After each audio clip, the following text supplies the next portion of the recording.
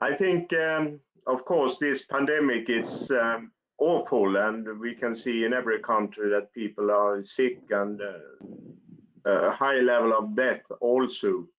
We have in Sweden, for example, a lot of people in the elder care that has died. And I think we will see that for a long time. And also, when the epidemic is over, I also think we will have a really tough economic situation in many countries. So I think it's good that we can, in this way, in Cooperative Housing International, have the possibility to share our ideas, our situation in each country. And as you maybe have seen, we have already in our website some information about the pandemic and the situation, but I also think it's good to have a web seminar like this. Before we start the seminar, some practical guidelines. I think it's good that everybody switch off the microphone when you're not talking. I think everybody has done that maybe. I think it's good also if you have a headset to use that. And the camera and to see you is nice, but if it's a bad connection, it's a good idea to turn the camera and switch the camera off.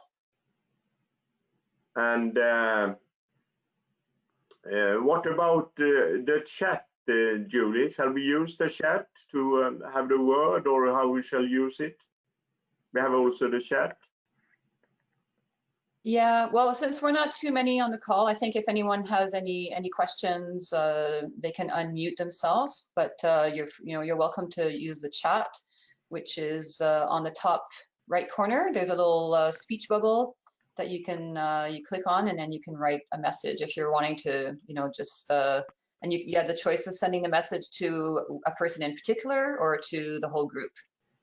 But yeah, feel free to just unmute yourself and voice your question. That's good. I think even if we can see each other and see the name, I think we will start with a short presentation. Very, very short, I think. We will come back, everybody will have the floor, but we start with a short presentation. My name is Anders Lago. I'm the president of Cooperative Housing International, but I also the president of HSB in Sweden. And then we have someone. Yeah. Yes. Linda hello, Brockway it's from the United States. There you go. Okay. Hi, everyone. This is Iram from Pakistan. Actually, we are fasting. Is about to open my fast. So I'm just sitting on the table as well as listening to it. Thank you. Then we have Linda. Yes. And I had to call in because I couldn't get my thing to work. Yeah, when you introduce yourself, can you say which organization you're with and which country?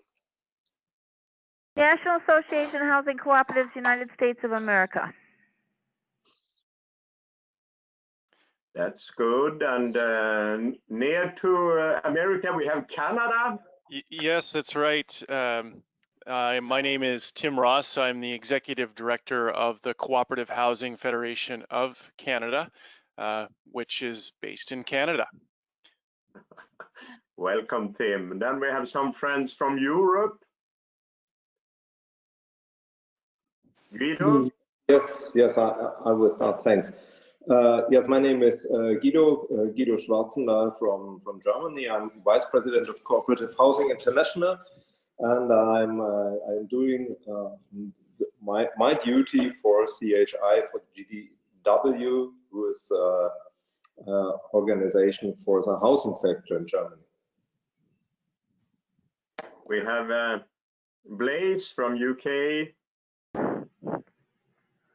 Hello, I'm Blaise Lambert from the United Kingdom.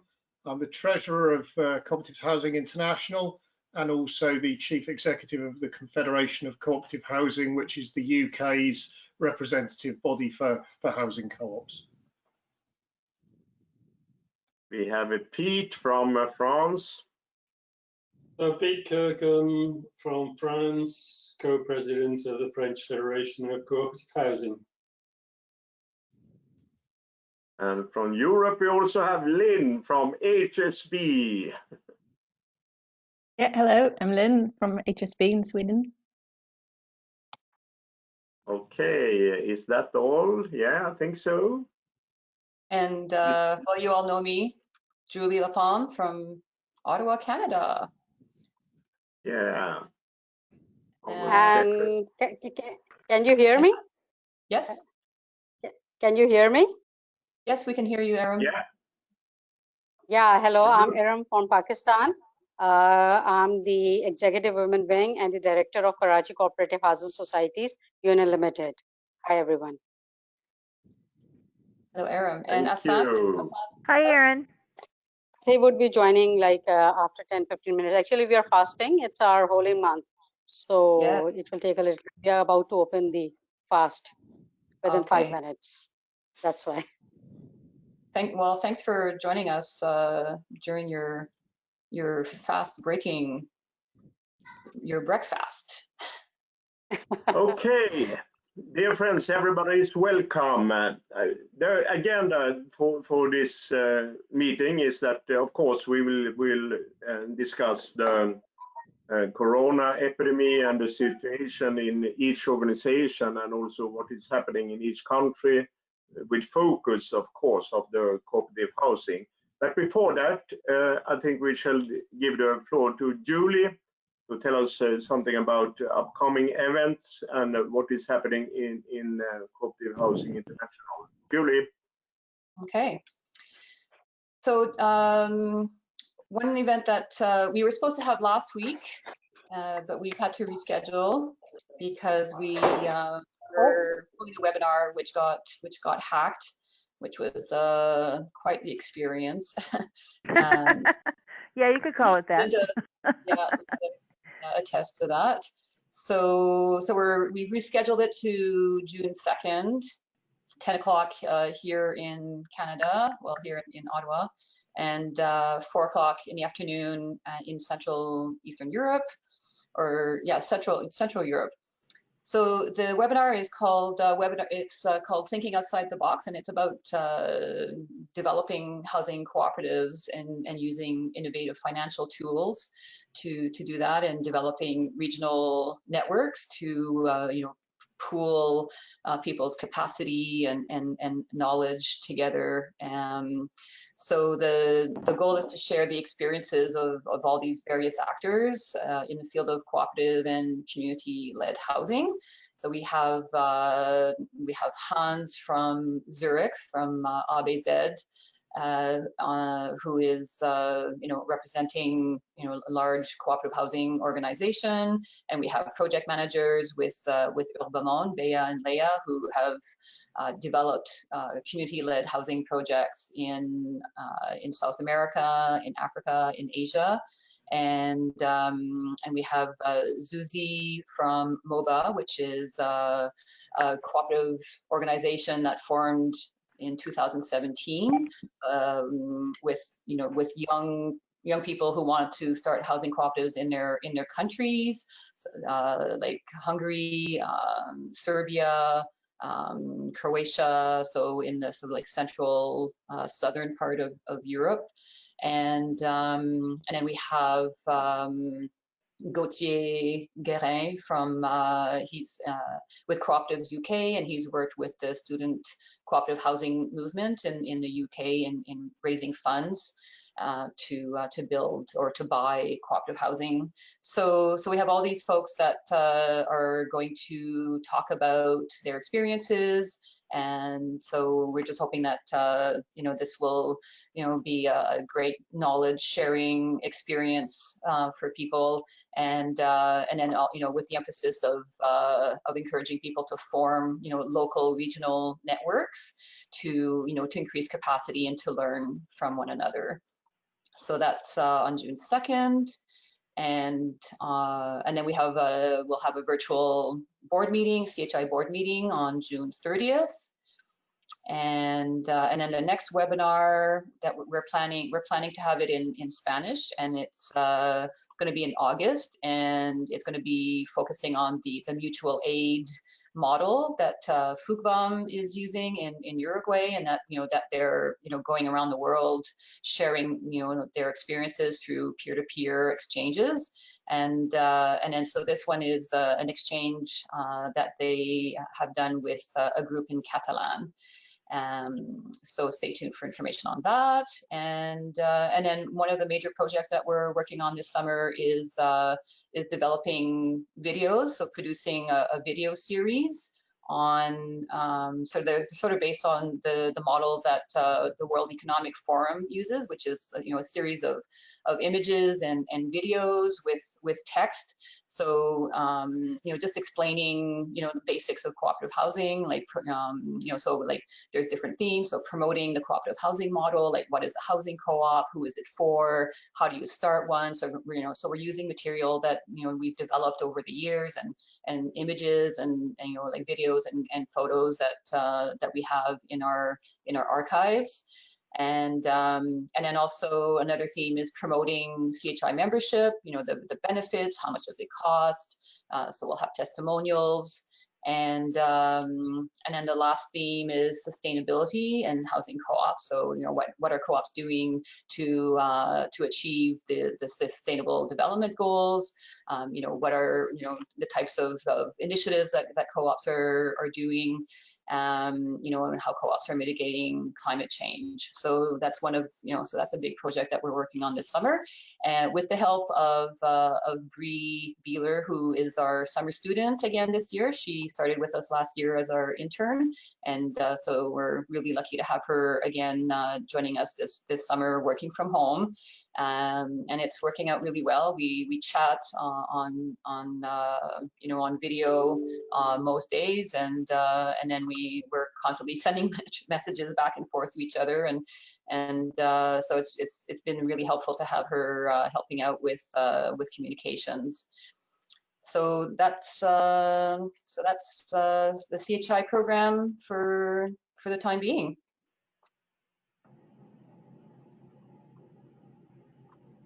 Thank you, Julie. Any questions to Julie, maybe?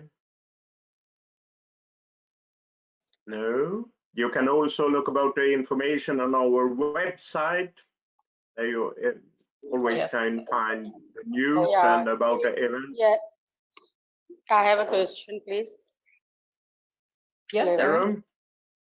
Yes, Julie, you have just explained about the students' COP. Can you please a little bit elaborate it? What it's all about? Well, it's we've been reaching out to the student cooperative organization in the U.S. because they have members based in the U.S. and in Canada, and just trying to link up with them to for them to share their information so that we can get this movement going around the world. And they've signed a memorandum of understanding with the student group in the UK. I think they're called Student Co-ops UK, and so they're looking at working together. So that's going to be actually one of our next upcoming webinars is on like how to start a student co-op and have these people who have lots of experience sharing their knowledge. And another thing that I forgot to mention, and we have Asan on our call here who can talk about the Go Green campaign, which is the Co-ops Day initiative that Asan is spearheading with the youth committee of ICA. And so Asan, do you want to I'll unmute you and you can. Oh, you'll have to unmute yourself. I don't have the power. Oh yeah, here we go. So Asan, just explain the Go Green campaign. Yes, thank you everyone for giving the opportunity to talk about it in the Go Green campaign, and thank you everyone for joining in for the Go Green campaign. First of all, I just like to thank Mr. Andrea and Julie and Lynn who coordinate about the Go Green campaign. Thank you so much, Julie. You've been a very helpful in networking with us in circulating the message. As you all know, in Kigali, I talked about the Go Green campaign and how you can have an impact on the climate change and also connect the youth, the cooperative, and SDGs all together in one platform. So that's what Go Green is. We are planting trees to show that everyone that cooperative is not just a business model, it's a sustainable business model that cares for its community and the youth all together. And that's how we are going to proceed with it in the Asia Pacific and other countries. This year, last year, let me begin with the last year. Last year, we were able to collaborate with Africa Youth Network, and we had some success factors involved in it. Now, this year, we are collaborating with Africa as well as America Youth Network, which have we have already implicated in it. And CHI is one of our proud collaborators as well. So that is one of the initiating rolling out effect that we are having for the Go Green campaign each and every year that we are proceeding with it. And I hope in the next year we will have further collaborations on this particular platform. Just to clarify what the Go Green campaign is all about, it's about pushing youth and using the youth as a driving force for a cooperative to plant trees in their own communities or nearby areas wherever they are comfortable with in planting trees or saplings or flowers, whichever is possible, with our banner. That is, this is a general banner. I'm going to share the toolkit with Julie, and maybe she could share it with the CHI as a whole. So just to give you a brief information that this banner has the name Karachi. So you just need to replace this name in the banner with your own city name. Include your flag in your just to represent your country, and also to include your logo of your cooperative institutions and take a picture while planting the plant, and you can send it to us. That's it. That's everything that you need to do. Just to make sure that youth are involved in it. You are supposed to be there to assist and guide them. The reason for doing all of this is to ensure that youth will get familiar of what a cooperative is. Most of the youth have a very confusing questions that what is cooperative? Do we have knowledge about it? Are there resources for it? And I recently attended a webinar by the EDGI from the European section, and they were very helpful in talking about the biggest top priority where the youth are lagging is they do not have the resources. So this could be a resource to directly connect with the youth and talk about what cooperative is and how cooperative works in our society and why we are planting trees, to get them involved, to let them know that cooperative exists and it's in their community. They need to just search it out, become a part, and get started with it. That's how we're going to talk about. Thank you, Ashan. I think we stop there because we shall need to talk about the epidemic and the situation about that also. But it's a really good campaign, both for the youth and for the environment, for green. Of course it is, and it's very important for all of us to think about that. But shall we start with a round table and the situation about Corona in each country, what you are doing in your organization, what you think about the future. And I'm also really interested that if your government in this situation gives some special support to the cooperative housing sector. Shall we start? And we are many now, so we need to do it short, 3-4 minutes each. Shall we start in Europe? Guido in Germany? Yes, we can do so. So I will start with update from Germany concerning the COVID-19 pandemic.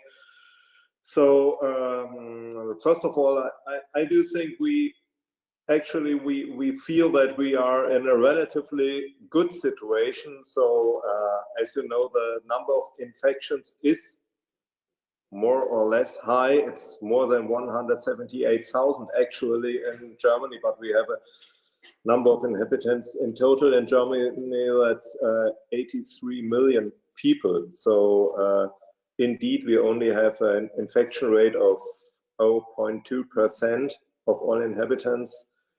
Recovered are already more than 150,000, and we also have a number of deaths, which is actually, this number is from yesterday, or the figures from yesterday, it's 8,260.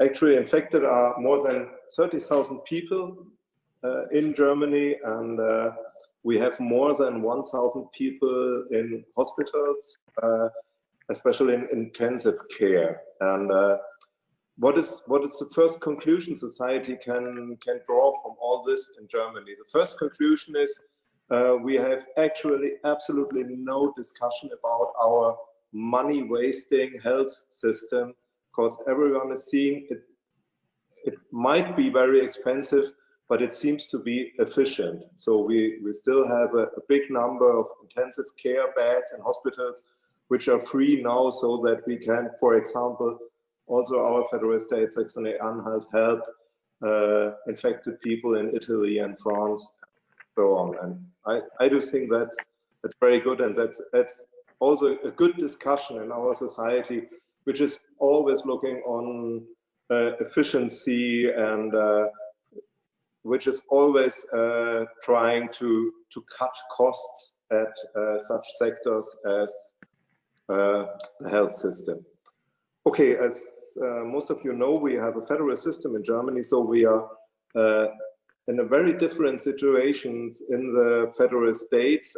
That's due to the number of affected people. So, for example, in Saxony-Anhalt, where I do work and live, here in Halle, we have a very small number of infected people, and so we are already starting after the lockdown here in Germany, the overall lockdown. We are starting with the reopening of restaurants, hotels, but we still have locked cinemas, bars, clubs, gyms, and so on.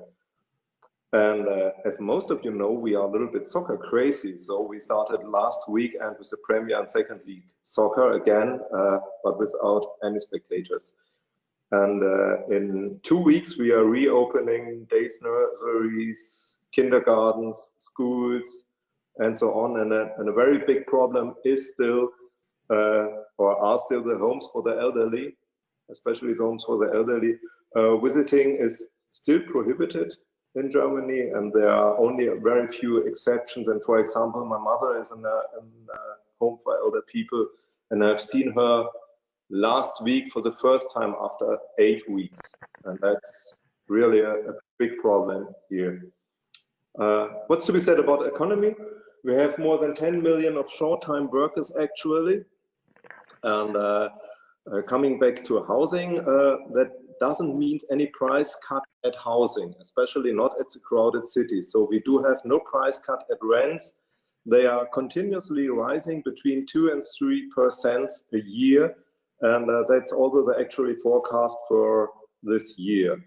And that's a little bit curious, because economy is going absolutely down here in Germany. The sales figures are shrinking in nearly every sector. We have shrinking figures, for example, at cars, more than 30%, machinery, retail, food service, catering, hotel sector.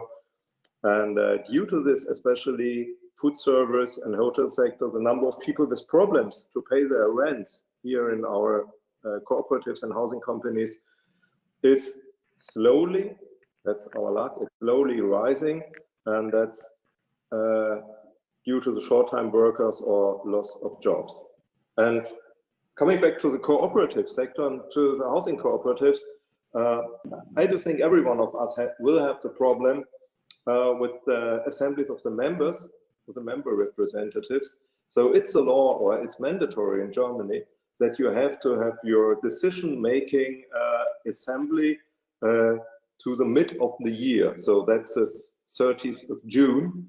And we have now the possibility through the cooperative law or special law act that we can have this decision-making assembly at the whole year. That's for 2020, the situation. So most of the cooperatives are postponing their assemblies and will try to have them at the end of the year.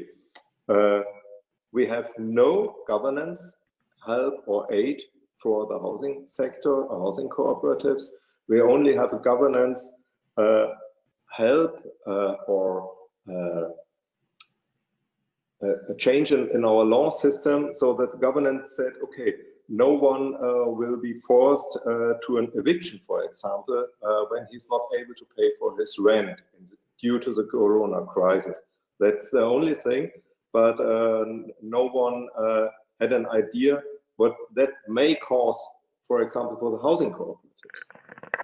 And so actually the situation is not so severe for us, but we are a little bit optimistic and saying, okay, the lockdown will be at an end now, and so perhaps the economy will rise again, and so perhaps it will only be a small problem, but we have to face this problem. And okay, but what are our plans for the future as a housing cooperative?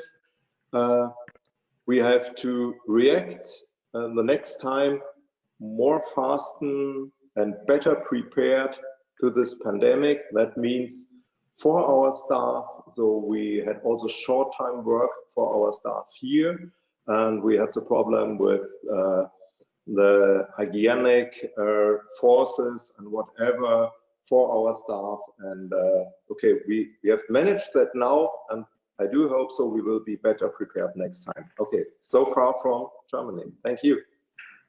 Thank you. Any question to Guido? What do you think about the support from the state, from the government, if you have a lot of people that not will have the possibility to pay the rent? Will you have some support then?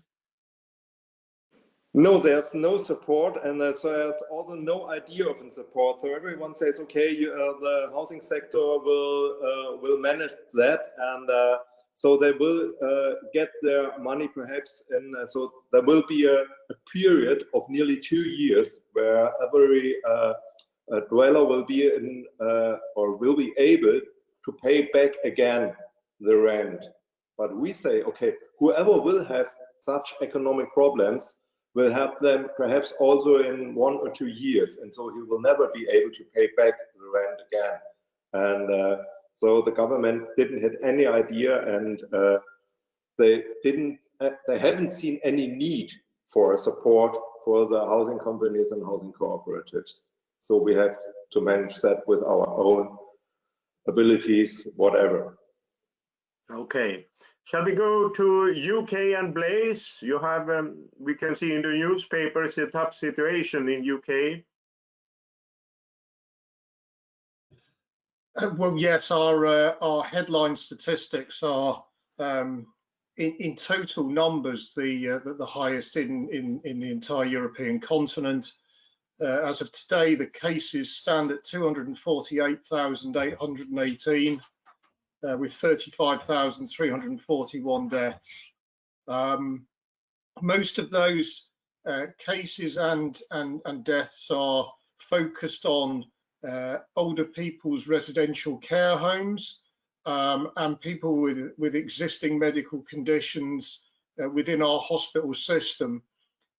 We are fortunate that for many years now, 75 years there and thereabouts, we've had a free-to-use national health service, which means we've had no issues around how people's care will be paid for, and generally our national health service has coped very well with the increase in activity that this pandemic has caused.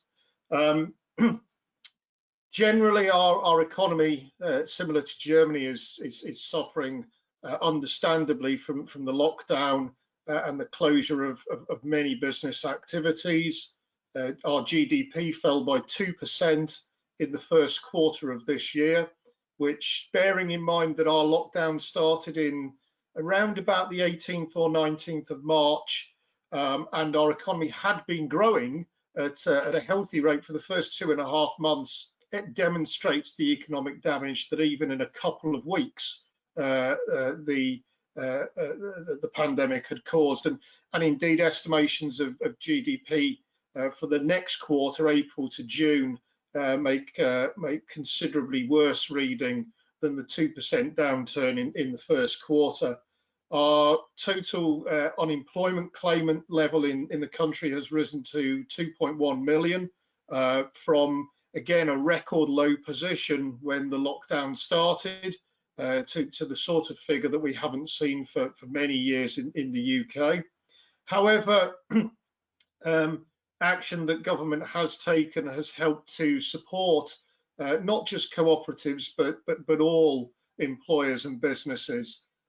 So the government's introduced what's known as a furlough scheme, where 80% of employees' wages are being paid directly by the government. So whilst people are at home and those that can't work from home, 80% of their wages are still being covered directly by government.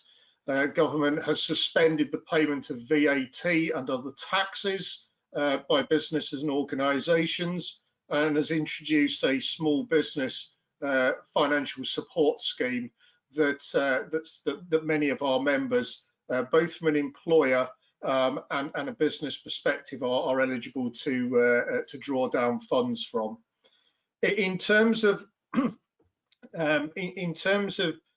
timings of where we are, in terms of moving from lockdown to some stages of returning normality, we're probably about a couple of weeks behind Germany on certain things, and fairly similar on other things. Our schools are due to start reopening on the 1st of June, for example, but our football is not due to start until the 12th of June, which again, you know, as a country very keen on its football, means that well, we've got a lot of space in our TV schedule, should we say. In terms of specific government action on housing generally, all providers have moved to providing emergency-only repairs services. So all non-essential, non-emergency repairs have been cancelled.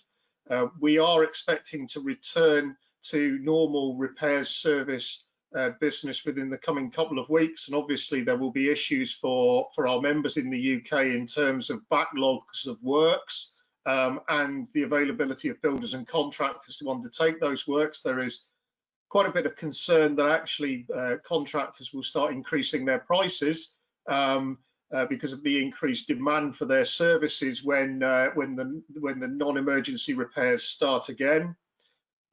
All legal action for tenants relating to rent arrears have been suspended, and there are no courts sitting on housing issues. So none of our members are taking any action regarding rent arrears at the moment. And again, the assumption, similar to what Guido was describing, is that repayment plans will be agreed with affected tenants so that they're gradually able to pay back the rent arrears that they've accrued. Although again, as I say, because of the support that government's providing to employers and employees, we've not experienced massive spikes in rent arrears because many people are getting money through other directions that's still enabling them to pay for their rents. Similarly, all court action relating to antisocial behaviour, neighbour nuisance and other tenancy breach and lease breach issues have been suspended at present, which understandably has caused some issues within some organisations where it isn't possible to address these types of issues using the usual approaches, and all reletting of social housing and cooperative housing in the UK has been suspended although government announced yesterday that that suspension would be lifted in the very near future. Just a very quick point on the student housing cooperative mentioned from earlier on. So student cooperative homes, which Julie referred to earlier on, have been doing some great work, and there are a number of universities around the country where students are looking at forming housing cooperatives, although I note today that Cambridge University in the UK has announced today that it's suspending all lectures and moving them online until well, right through next year.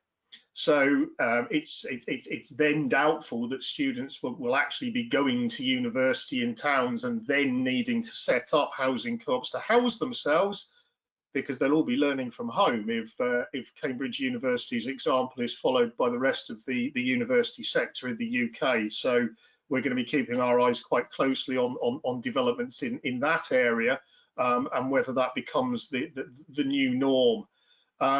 CCH, we have been publishing and producing a wide range of member briefings and guidance notes for our member organisations through the pandemic. We've held a number of member forums. Fortunately, they haven't been affected in the same way that the CHI forum was affected last week, I'm told. Like the situation in Germany, our members would ordinarily be having their annual general meetings around about now, but that obviously isn't possible given the current circumstance. But the government has pushed back the time period that these must take place, and accounts must be filed and annual returns made by a 3-month additional period, which buys a bit more breathing space, so our co-ops are not immediately in issues relating to those key governance points. We're going to be holding our first online annual general meeting at CCH next week, which I'm looking forward to. We've started moving our national training and accreditation programs online, and they've been very successful and very well received. And indeed, you know, we are discussing whether we ever go back to working in the way that we did, with office-based scenarios, but also with conferences in large hotels and training and seminar events in classroom settings and such things. So I would expect that when we move out of this situation, things will look very different in terms of how we all work and how the sector operates in the UK, which many wouldn't have predicted a month or so ago. Thank you, Blaise. Any question to Blaise about UK? And I think maybe we shall be a little bit shorter about the common situation and focus more on what is happening in the housing sector. But any question to Blaise? No, thanks. Pete, the situation in France and especially for the cooperative housing? Pete? I don't have a great deal of detailed information about the cooperative housing sector in France, which is obviously more limited than in Germany. As far as government rulings on evictions are concerned, the normal winter truce on evictions has been extended from the normal 15th of March to at least the end of July, and maybe extended further than that.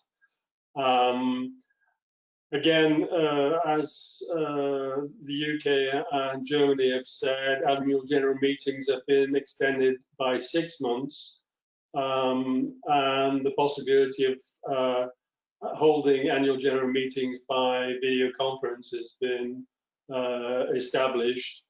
We ourselves had a surrogate annual general meeting a couple of weeks ago by video, and we're thinking of having a physical meeting in November, but it depends what the situation is like, since today 2/3 of France is starting to be,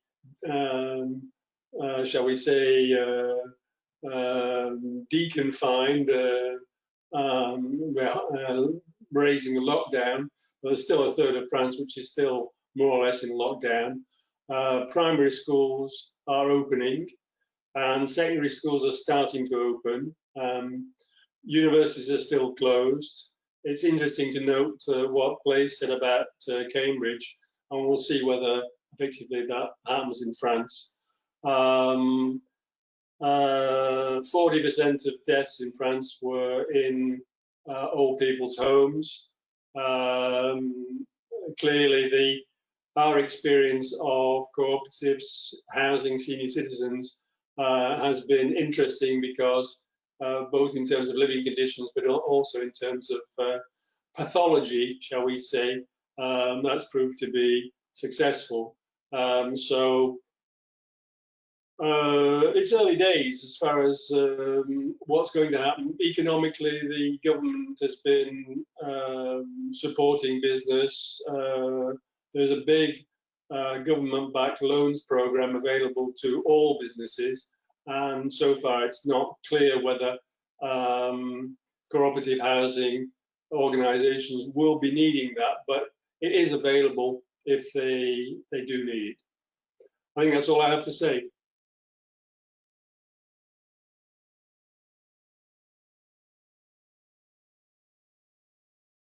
I need to have the microphone on here.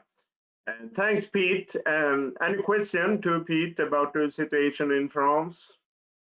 Otherwise, we move over to Lynn and Sweden.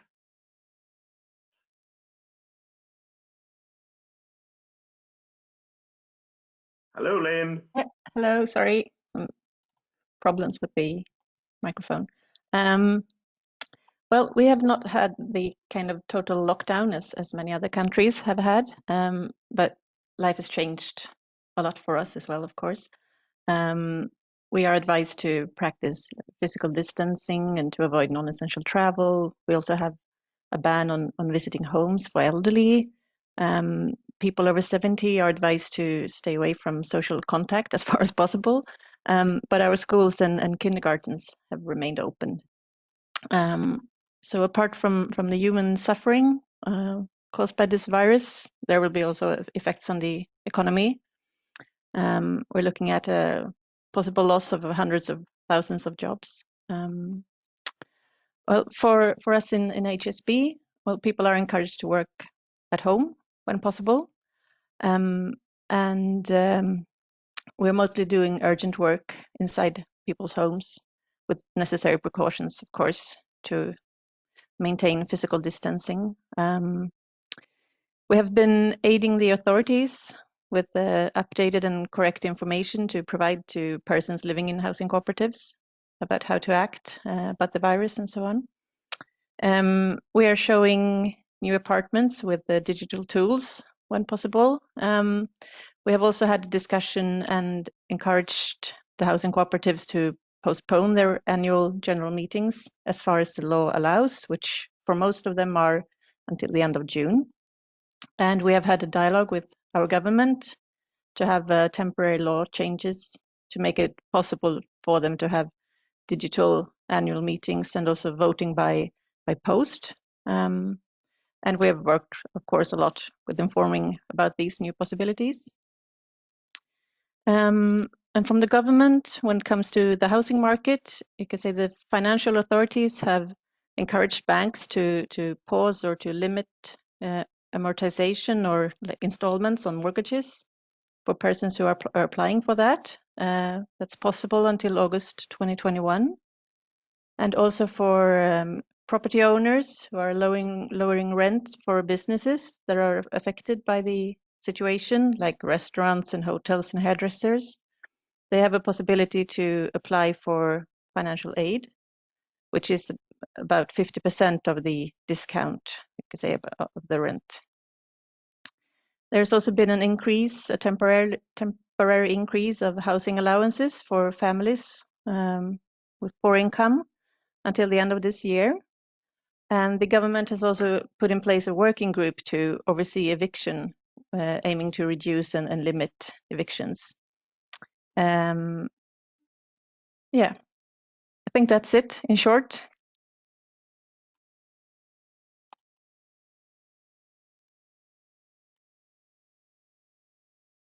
Thank you, Lynn. Any question to Lynn about Sweden and the situation for HSB and Riksbyggen? No. Yeah, I have a question about the showing of apartments. So have you seen a reduction in uptake in people moving into, like either people who are current members of co-ops, maybe they're moving to different places, or new members? Are there any, any drastic changes in those numbers?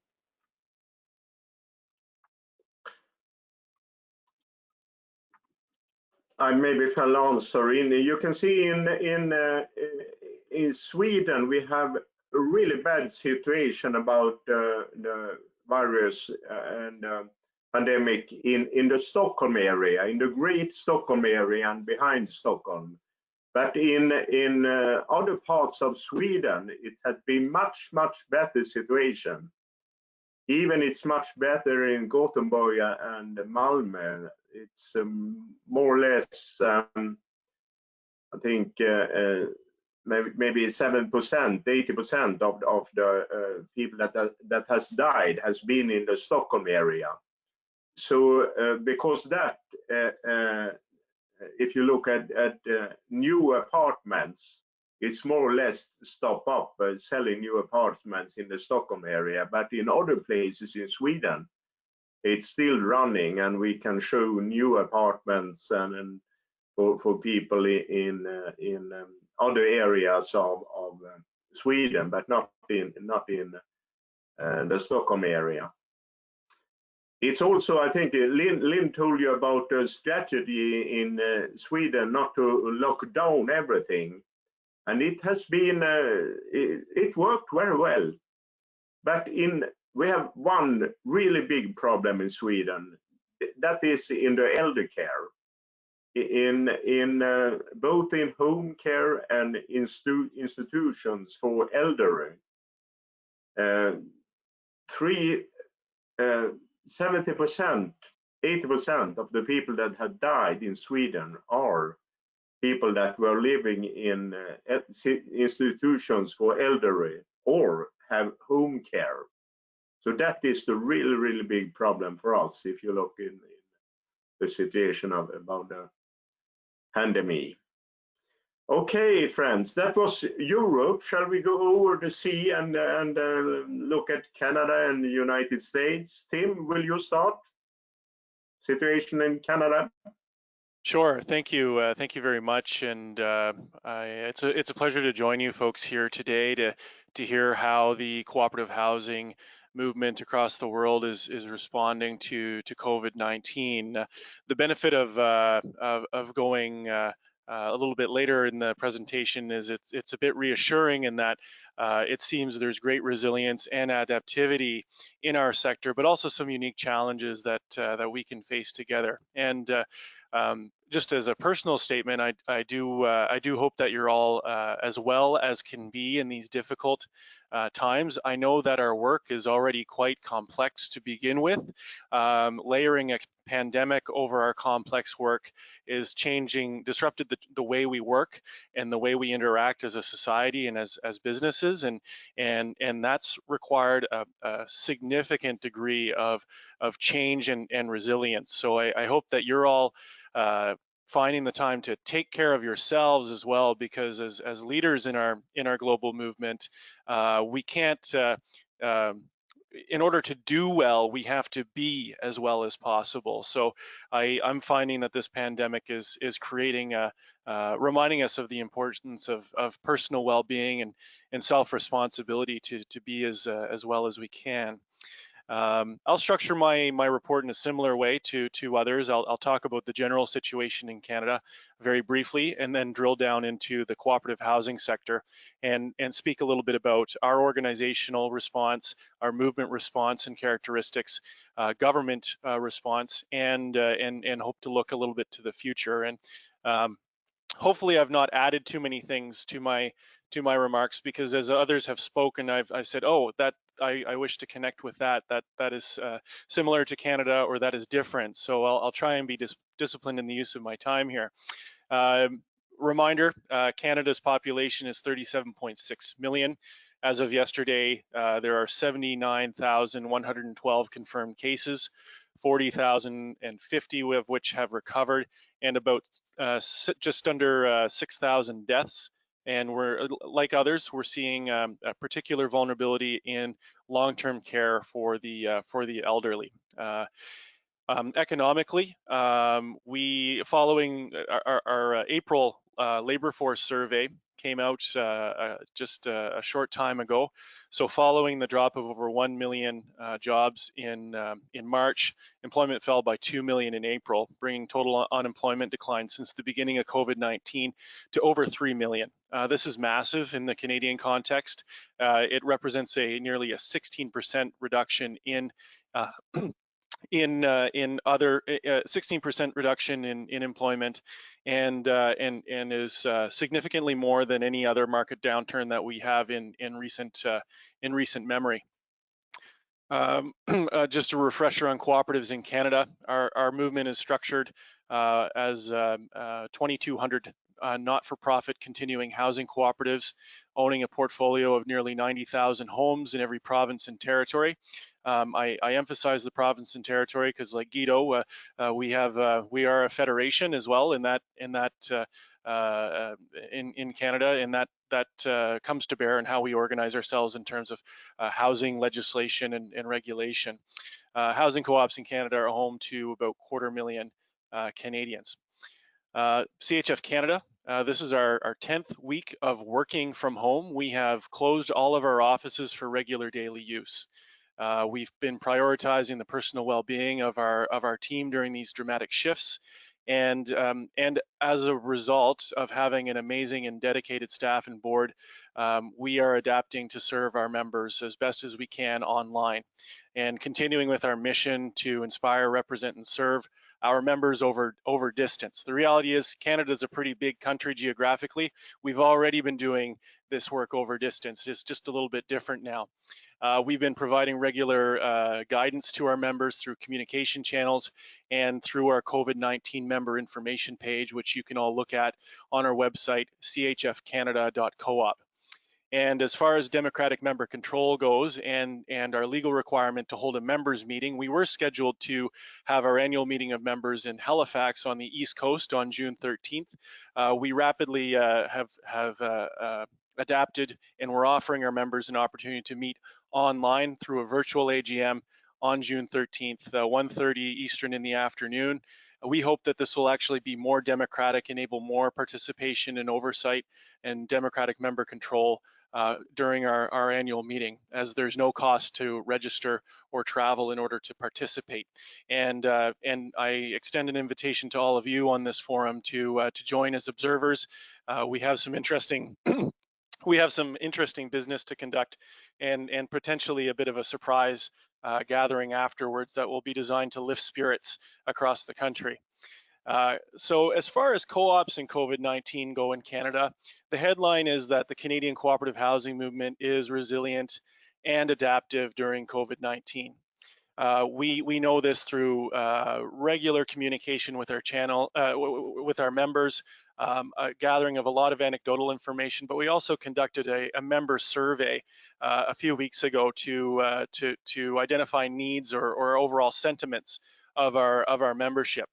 And the result is the majority of responses indicated, although there have been challenges, co-ops have been managing reasonably well so far, with members supporting each other in ways that have made many of the respondents proud of living in housing cooperatives.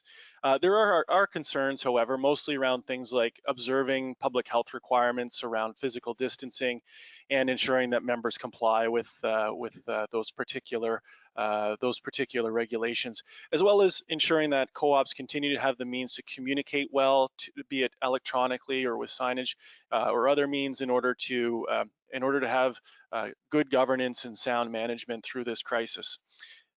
We are, in response, we're developing tools and guidance to members on how to conduct board meetings, and we're offering an online program of webinars in late June that will feature some support and guidance on how to meet as boards and how to conduct that work in the context of physical distancing. We're also working on the more complicated question of AGMs, how to comply with different provincial acts, because co-ops are regulated provincially and territorially unless they're incorporated federally, like CHF Canada is. And it is a bit of a patchwork in terms of permissions for electronic meetings. So for now, we're advising that they be postponed as we continue to work on that issue. I want to just talk for a moment about arrears, because arrears were thought to be a significant risk, and during the COVID-19 response phase, especially because of the massive economic shocks that have totally our economy is nearly completely shut down, except for some essential work, and so. Arrears has not yet been reported as a significant issue, which I think is very positive news for us. But we think one of the main contributing factors around the continuing payment of housing charges, as we say in Canada in housing cooperatives, or rents, is the introduction of a federal emergency response benefit of $500 per week for 16 weeks. Getting money directly to individuals and families so that they can ensure that their immediate needs are satisfied during this crisis. The governments have also stepped up in other ways, allowing for mortgage deferrals. In some cases, there's a bit of a patchwork of emergency rental assistance or one-time payments that help people deal with income loss or increased expenses due to COVID-19. Canada's federal housing agency, the Canada Mortgage Housing Corporation, has asked that all landlords be compassionate and refrain from evictions during this period, which again is a good statement, but in our Constitution, housing is a provincial issue, so the federal agency doesn't actually have a lot of power on that in that area, but provincially and federally, but provincially the courts are not open, so it's not possible to process legal evictions anyway. And so I just say politically as well, it seems as though the federal government seems to be fairly reluctant to engage in housing issues right now during the pandemic, due to the fact that provinces have constitutional responsibility for housing in Canada, and we currently have a minority parliament. The Prime Minister Justin Trudeau, his majority was reduced to a minority due to a lot of regional dissatisfaction with his first term and his government's first term as Prime Minister. We saw the return of the independent sovereigntist Bloc Québécois in Quebec, holding a balance of power in the Parliament. So one could potentially theorize that is one of the contributing factors for the federal government's reluctance to engage more directly in supporting the housing sector in Canada. I'll conclude perhaps by just saying what's next for us in terms of housing cooperatives in Canada. One is continuing to adapt to becoming better and more effective in offering our services online. We already were quite well positioned for this, but we need to do better. And the broader policy question for us and our allies in the housing sector, the broader housing sector, is how can we put housing, and particularly cooperative housing, at the center of the health, economic, and social response to COVID-19. The Prime Minister has asked everybody repeatedly, stay at home. What happens if you don't have a home, you can't afford your home, or your home is not safe? I think there's a lot of gendered aspects that we need to be much more mindful of during COVID-19 response and recovery, particularly because of the gendered impact of the parts of the economy that have been shut down due to COVID-19. So while there is this life raft of this emergency response benefit, what happens when that ends? And I personally fear a lot of potential housing loss or eviction because of the long economic recovery that's ahead of us, and the vulnerabilities that people will have once these life rafts are no longer available to people. So that's a significant fear. And finally, there's many serious discussions underway around what are the appropriate stimulus measures that governments can undertake, and one of those stimulus measures ought to be financing the a new supply or acquisition of non-market housing, including housing cooperatives. So we're very much looking forward to that, as well as preventing the disastrous consequences from the 2008 recession that resulted in the financialization of housing, an enormous amount of housing loss, and a real tightening of supply and affordability for those who need a decent and affordable place to call home. So thank you very much for the opportunity to share some of the Canadian perspective, and I look forward to questions and more exchanges like this in the future. Thank you very much. Thanks, Tim. I agree with you that after this situation, we will work much more online. The digitalization has gone so quick during some weeks now. All the people in HSB more or less are working from home, so we need to talk with each other and also with cooperatives around Sweden. I also agree with you that I think the cooperative housing model is for the future. It's also interesting in Sweden they have started up, and the government have started up a new discussion about social housing policy. So maybe it's we have a possibility in all our countries in the future. So from Canada to United States, Linda, about the situation in the States and cooperative housing in the United States. I go, we're hurting here. We have 325 million people in the United States.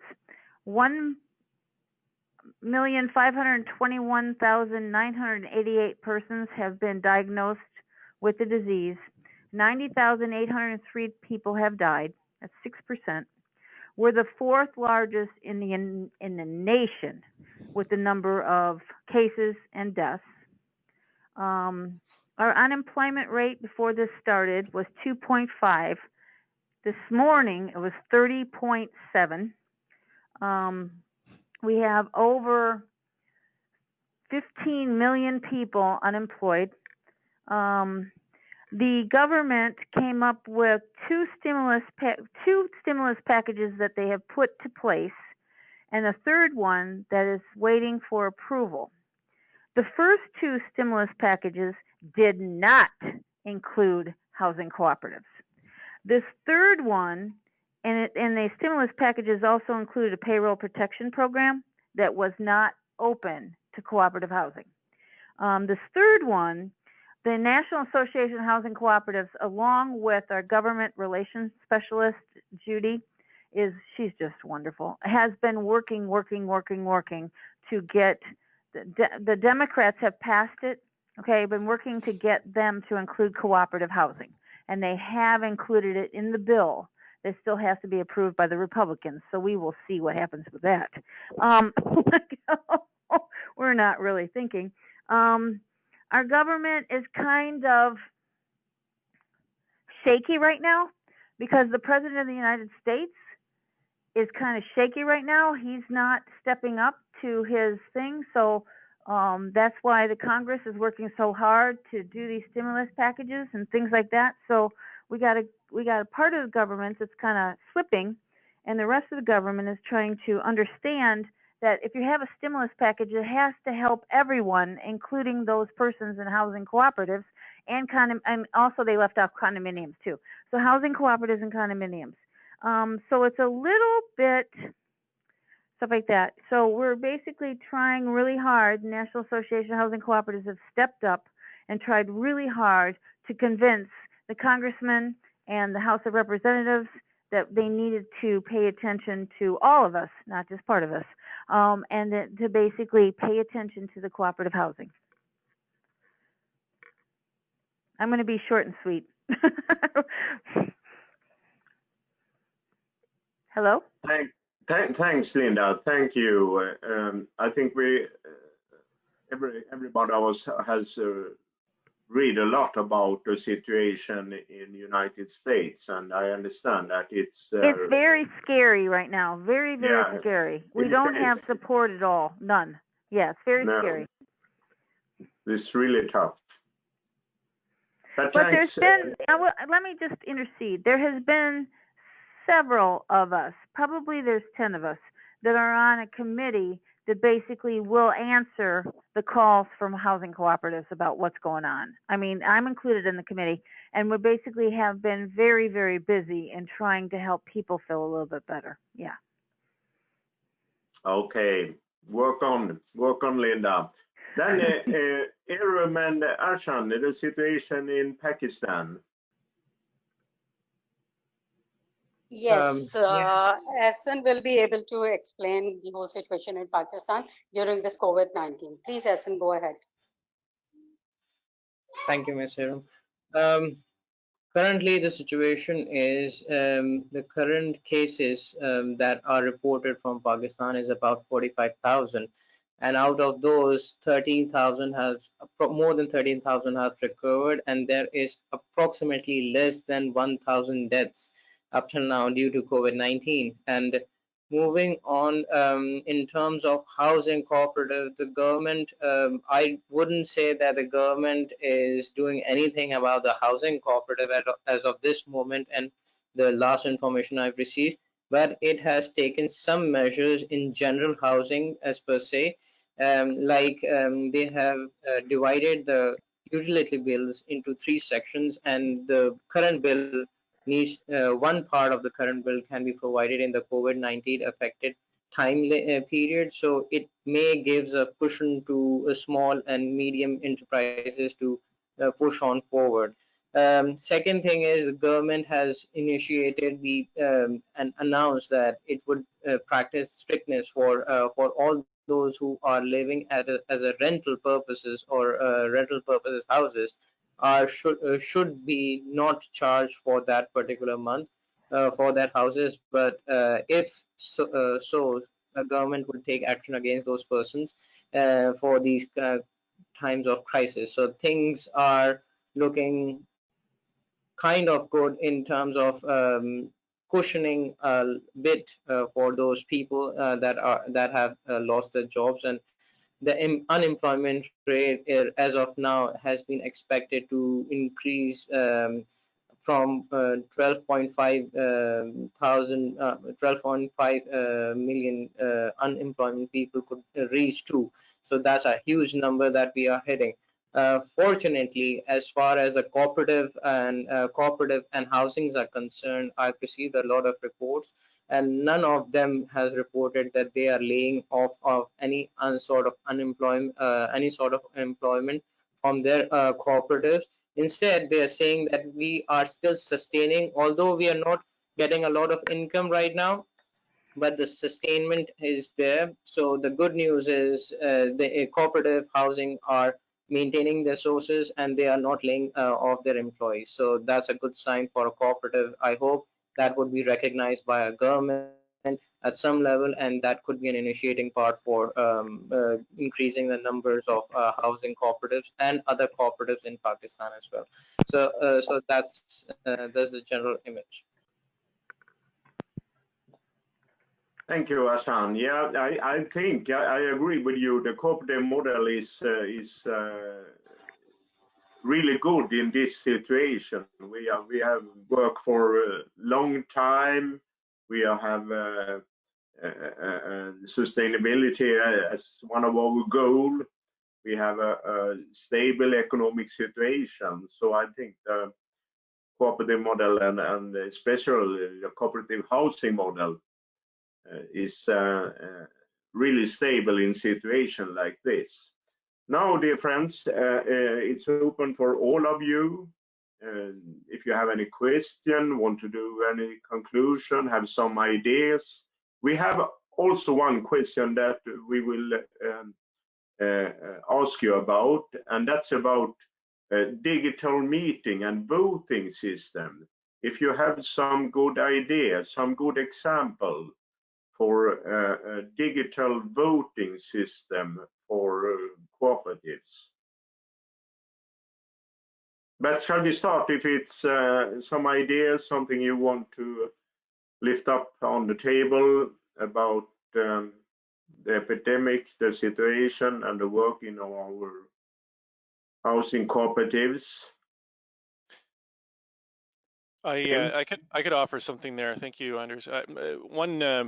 We are obviously investigating different voting systems and meeting platforms for our members' use, and I don't have all the precise details at my fingertips to give you a report. But what I could offer to do is make sure that, since this is a question we're all facing together, I could offer to send any guidance that we issue to members on platforms and voting tools through Julie to distribution to the members of the network, if that's of interest. And if anybody wants to see a national business meeting and how we're actually organizing the voting, you can see our demonstration on June 13th, the afternoon of June 13th Eastern Time. Thanks, Tim. I think it's a good idea to send an example to Julie about voting systems. We have some different systems in Sweden, but the problem with them is that they cost a lot. For a local cooperative, it's a lot of money to use the voting system. But if we can find some other system internationally, it's possible to use them instead. So I think it's a good idea. If you have a good example, send them to Julie so we can put those examples on the website.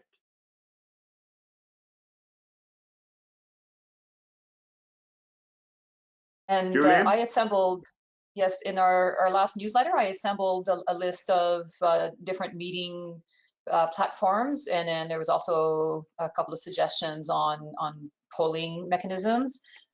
One example is it's called Slido, S-L-I-D-O, and I know I've seen it at a conference where audience members are they can use their smartphones, and so they just download the app and then they can vote on different issues.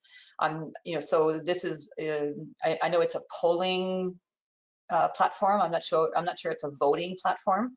I don't know, for those who were at the Housing Europe meeting last year, I think Guido, you were on one of the panels, and then audience members were asked to, it was kind of like a little bit of a trivia question, just to kind of lighten up the meeting a little bit, and and then you can see the results immediately of what people thought was the right answer, or or whatever their perception was. So yeah, so that's just an example of one. I have no idea how much it costs. Yeah, I mean, a lot of these platforms, they have a free feature, but it's very limiting in terms of numbers and functions, and you always get the best service when you pay. So and then you also, and the thing to consider is, is this something that you're going to continue using beyond the pandemic? If you're going to invest in all these platforms,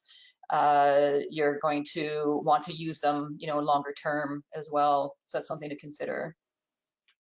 We have one problem in Sweden, maybe you have them in other countries also, that it's that the law is very strictly that every person must identify them. So it's really the members that are on the voting system.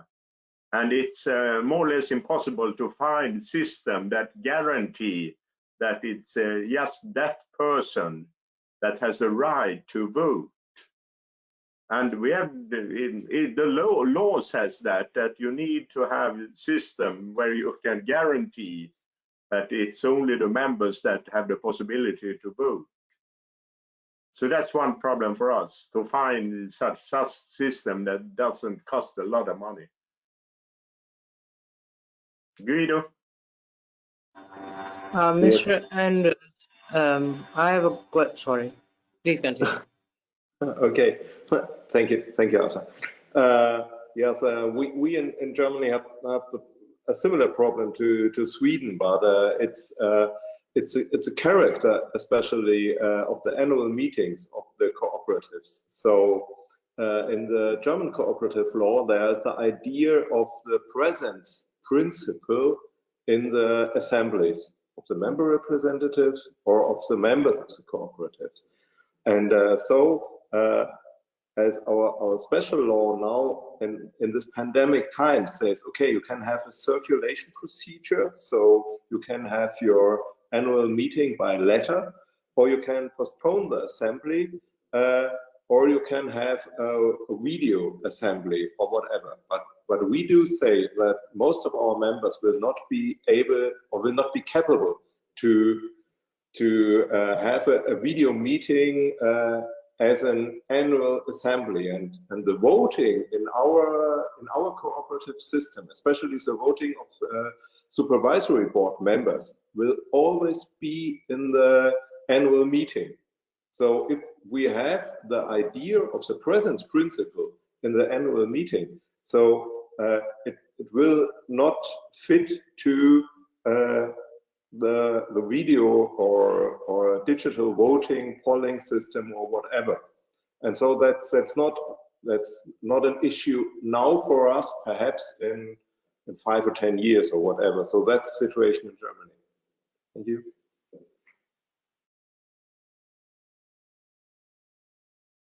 Yeah, in Sweden now, as Lynn said, we have the possibility during this year to doing the annual meeting by post voting. So a lot of the local cooperatives will do that. They will have don't have any meeting. It's only send out a formula and then have a voting by post.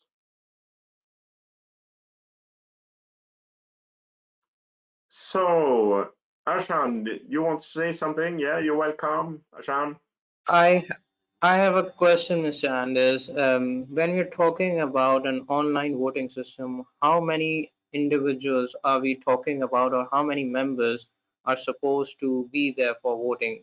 Because if there is a smaller number, there could be a chance that Lumio might be of some assistance. That's just one suggestion. But if there's a larger number, then we have to figure out something else that is free of or less amount that we need to pay for it. So how big are we talking about in terms of members and voters?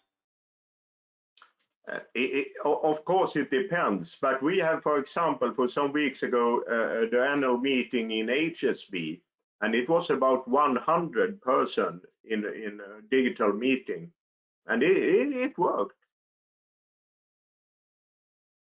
So it's a possibility to have a lot of people also. So, Tim? Yeah, for our upcoming meeting, we're using a platform called Lumi, which has been used by very large shareholder corporations, and so this concept of presence that was mentioned was very interesting, because what all the members' votes will be recorded through an accredited system that has some validation, unique user validation with it, and then but the ability to speak and be heard, it'll all be moderated through a chat, which will be different for us.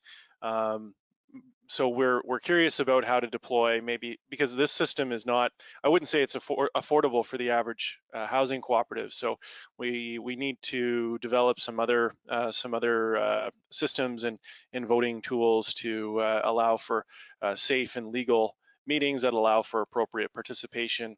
And so there's some experimentation going on right now, and we're kind of gathering that experimentation and looking forward to offering some more concrete guidance to members. I think it's a lot of company that is working now to find this type of system. So maybe we will see them soon. I was in another annual meeting also for some weeks ago. Then we have teams for the discussion on half of the screen, and then we have the voting system in half of the screen, and it worked also. It was a little bit complicated, but it's run quite well. Could I? Okay. Could I just say something about these voting systems? I wondered to the extent it would be possible to mutualize the use of a voting system. It depends what the pricing model is. It's what we've done for video conferencing is the Havicop has provided video conferencing to our members, in fact, through a single user account, which different people book a slot on to use the video conferencing. I was wondering whether it would be possible to do the same thing for voting systems for the Apex organization to offer this as a service to members.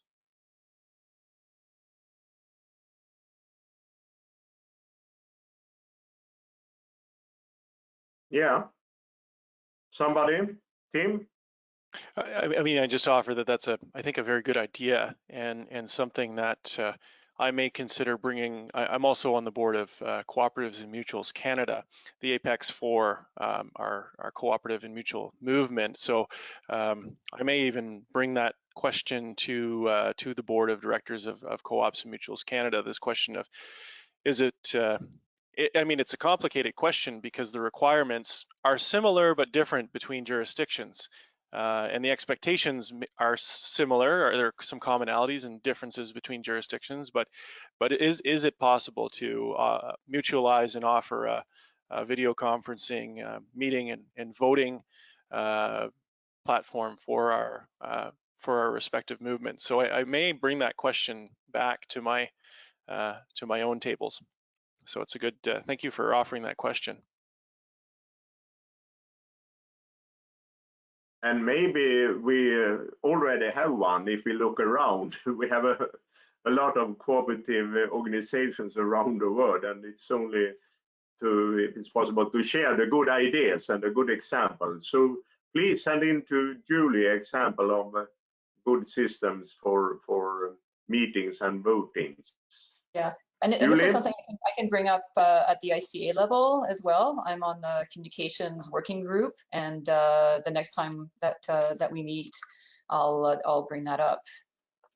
And I think we're due to meet fairly soon. So thanks, Pete, for suggesting that. I know it's something that I've been thinking about myself as well, as I'm trying to find platforms for for disseminating our webinars in a safe manner. But it's there's just so many different options there, and as Tim was saying, there's different needs for different people. But just to be able to share the cost would be a huge help, and also having some IT support along with that would be good too. We shall have a meeting in ICA I think it's in next week, but we shall use a really, really complicated system from the European Union. And it's you need to go some hour education before you can use that program. So we can't use that. Okay, dear friends, is it time to end the meeting? Yeah, I think Asan has a quick thing to add. Yeah. Just welcome. A quick request.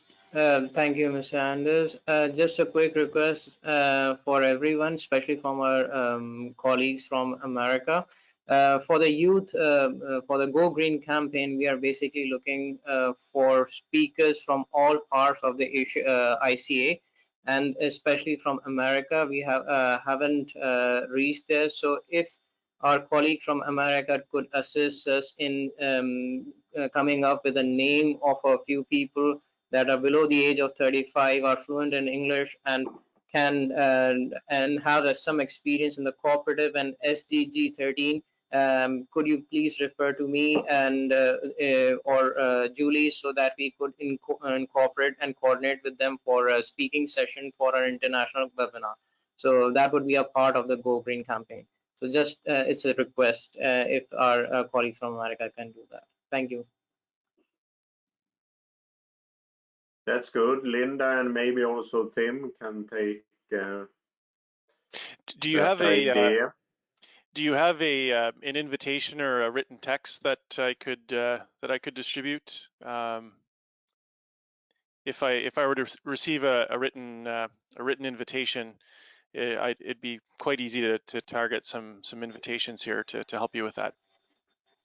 Oh, sure. Tim, if you could share your email, or I could ask from Julie if she could provide me your email address, and I'm going to send a little bit of description and with a picture, maybe a social media platform just to get things started, and that might help you to ask someone to get in line with us or contact us. Sounds good? Yeah, that works. Thank you very much. You're welcome. So Dan, I think some of us are leaving soon, so maybe it's time to end up now when Blaze are back also. I think it was of course really nice to meet you in this way. I hope we will see physical soon also. But if you are interested, I think we should use this way to have members forum, and we can focus on now it's a lot of course to discuss about the COVID-19, but we can hope also in the future that we can have other discussions about some other themes. So maybe we will come back with an invitation, maybe before the summer or after the summer. We will see. Julie, you want to add something? Yeah, I just want to add, just remind folks we have our board meeting on June 30th, and our board meetings are open to all members. So you'll receive the link to the webinar login details in the next little while with the agenda, and so we hope to see you then again. So, but for Julie, today, do share the social. Yeah. You share your social media webinars for it, so I could circulate in the network for the youth. A lot of people are asking about it. Yeah, we're still finalizing the fine details, but yeah, I'll send you that. We just updated the Facebook event, so okay. Thank you for coming to the meeting. Take care. Thank you. Bye bye. Take care. Bye bye.